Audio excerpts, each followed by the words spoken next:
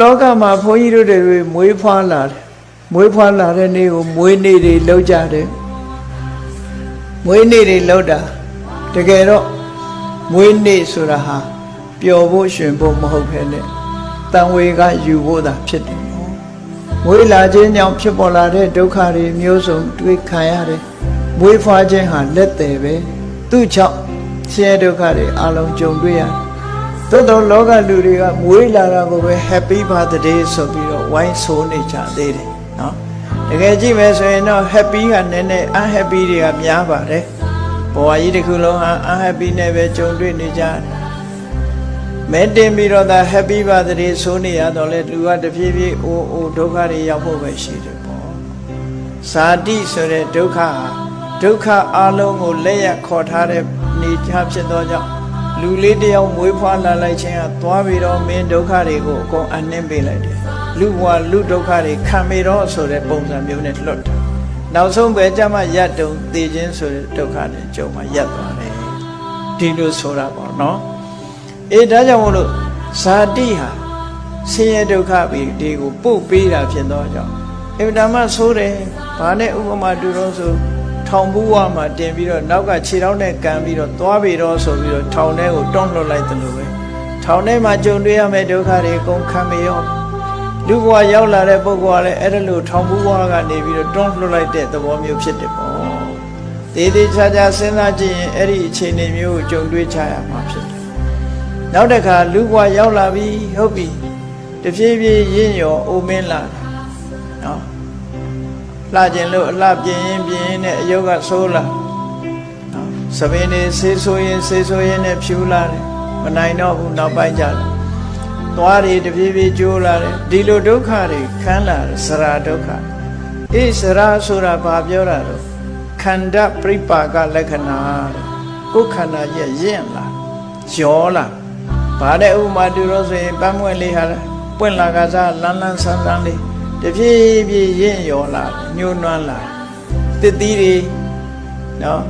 တဖြည်းဖြည်းအစိမ့်နုလေးကနေပြီးတော့ရင့်လာတယ်ရင့်လာပြီးတော့တဖြည်းမဲ့ပြီးတော့ကျွေပြီးပုတ်နော်ဒီအဆင့်ကိုရောက်သွားအဲ့ဒါလိုပဲဘုန်းကြီးတို့တွေရဲ့ခန္ဓာဟာလဲခန္ဓာပြိပါကလက္ခဏာစရာဆိုတာဟာခန္ဓာကိုယ်ကြီးရင့်လာတဲ့သဘောကိုပြောတာဒါဖြင့်ရင့်လာတဲ့ခန္ဓာကိုယ်ကြီးကသူကဘာလုပ်နေတာတော့ဘာလုပ်သေးတုံးဆိုမရဏုပနယရတ္တတဲ့သေခြင်းကိုတွန်းပို့ပေးနေတဲ့ကိစ္စရှိတယ်။အိုးရဲဆိုတာသေတဲ့ဘက်ကိုတွန်းပို့နေတာတဲ့။နော်။အိုးလာလို့ရှိရင်မလွဲမသွေသေဖို့နေလာတာဟုတ်။ဒါကြောင့်မို့သေခြင်းဘက်ကိုတွန်းပို့နေတာ။ဘယ်သူကတွန်းပို့စရာတွန်းပို့။ယုပ္ပနာဝိနာသပစ္စုပ္ပတ္ထနာနုပြုမှုတွေအလုံးကိုဖျက်ဆီးပြလိုက်တယ်။အားတွေအလုံးကိုဖျက်ဆီးပြလိုက်တာဘယ်သူကဖျက်ဆီးသရာကဖျက်ဆီးတယ်။အိုခြင်းတရားဟာအခုလိုလူတွေကိုဒုက္ခပေးနေနော်စာတိစရာဗျာတိဆိုတာတော့မပြောနဲ့ဗျာတိဆိုတာမကြမ်းမမာယောဂဝေဒနာဆွဲကပ်ခြင်းပဲယောဂဝေဒနာဆိုတာသိဖို့ရာအတွက်လုံနေတဲ့နှိမ့်ဆက်နေတဲ့မသိမချင်းနှိမ့်ဆက်နေတဲ့ဒုက္ခတစ်ခုပဲဒါကြောင့်မို့ဗျာတိဟာလည်းပဲဒုက္ခတစ်မျိုးနောက်တစ်ခါမရဏဆိုတာကြတော့ကြည့်သုတိလက္ခဏာပန်းလေးတစ်ပွင့်ဟာအညာကနေကျွေကျသွားတယ်တစ်သီးလေးတစ်လုံးဟာအညာကနေကျွေကျသွားတယ်အဲ့ဒါလိုပဲဘဝတစ်ခုဟာကျွေသွားတာပရဏလို့ခေါ်တယ်သေတယ်ဆိုတာကျွေသွားပြီခေါင်းကမွေးဖွားလာတဲ့အတိုင်းအတာလေးတစ်ခုကနေရွှေလျောသွားတာအဲ့ဒါသုတိလက္ခဏာမရဏကျွေကျတဲ့သဘောရွှေလျောသွားတဲ့သဘောဝိယောဂရတံရွှေလျောသွားလိုက်တာတဲ့ပြိုင်နဲ့ကိုချစ်ခင်တဲ့အရာတွေကိုမြတ်နိုးတဲ့အရာတွေအားလုံးနဲ့ခွဲသွားရအားလုံးနဲ့ခွဲသွားမြတ်စွာဘုရားကိုရောမြတ်တည်ပင်လေတော့သက်တော်80ပြည့်တဲ့အခါမှာဒီအာယုသင်္ကာရလွတ်ပြီးယဟန်တွေကိုဗာပြောတော့ဆိုပဟာယဝောဂမိတ်တာမိကတံမေတရဏမတ္တနောဆိုမြတ်စွာဘုရားကယဟန်တွေကိုနောက်ဆုံးစကားတစ်ခုမိန့်ရှိတာပါတော့ဆိုပဟာယဝောဂမိတ်တာမိမင်းတို့ကိုထားခဲ့ပြီးငါသွားရတော့မယ်လို့ဆိုတာနော်မင်းတို့ကိုထားခဲ့ပဟာယဝောဂမိတ်တာ ကတံမေတရဏမတ္တနောတဲ့ငါတော့လှုပ်เสียရတယ်ငါရဲ့အားကိုးရတယ်ငါလှုပ်ပြီးပြီအလုံးပြင်ဆင်ပြီးနေပြီမင်းတို့ကိုထားခဲ့ပြီးငါသွားတော့မယ်ဒီလိုပြောသွားတယ်နော်အဲ့ဒါကြောင့်မို့ဘယ်သူပဲဖြစ်ဖြစ်ကတံမေတရဏမတ္တနောမပြောနိုင်ပေမဲ့လို့ပဟာယဝကမိတ္တမိမင်းတို့ကိုထားပြီးငါသွားတော့မယ်ပဲခေါင်းအားလုံးပါအဲ့ဒါကြောင့်မို့လို့ဝိယောဂရတ္တာတဲ့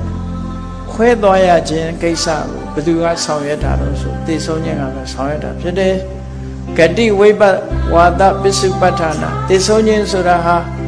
ဘဝတစ်ခုကိုပြောင်းသွားပြီးတော့လက်ရှိဘဝအနေထားကပစ္စည်းဥစ္စာတွေနဲ့လည်းခွဲသွားတယ်ဆွေမျိုးမိဘတွေနဲ့လည်းခွဲသွားတယ်အလုံးချစ်ခင်သူတွေနဲ့အလုံးခွဲသွားတဲ့အနေထားမျိုးတစ်ခုကိုသိဆုံးခြင်းလို့ဒီလိုခေါ်ရပါဆိုအဲ့ဒါကြောင့်မို့လို့အမှန်မြင်ခြင်းဆိုတဲ့တဘာဝတရားတွေကိုယ်တဏ္ဍာမှာရှိအောင်ဘက်ကင်၈ပါးကျင့်တရားကိုကျင့်ကြံကြိုးကုပ်အားထုတ်ခြင်းဖြင့်သာလေအခုပြောတဲ့ဒုက္ခတွေအလုံးကလွတ်မြောက်နိုင်တဲ့လမ်းကြောင်းဖြစ်တယ်ဆိုတာကိုသိရှိပြီးတော့ကျင့်ကြံကြိုးကုပ်အားထုတ်တော်မူနိုင်ကြပါစေကုန်သတည်း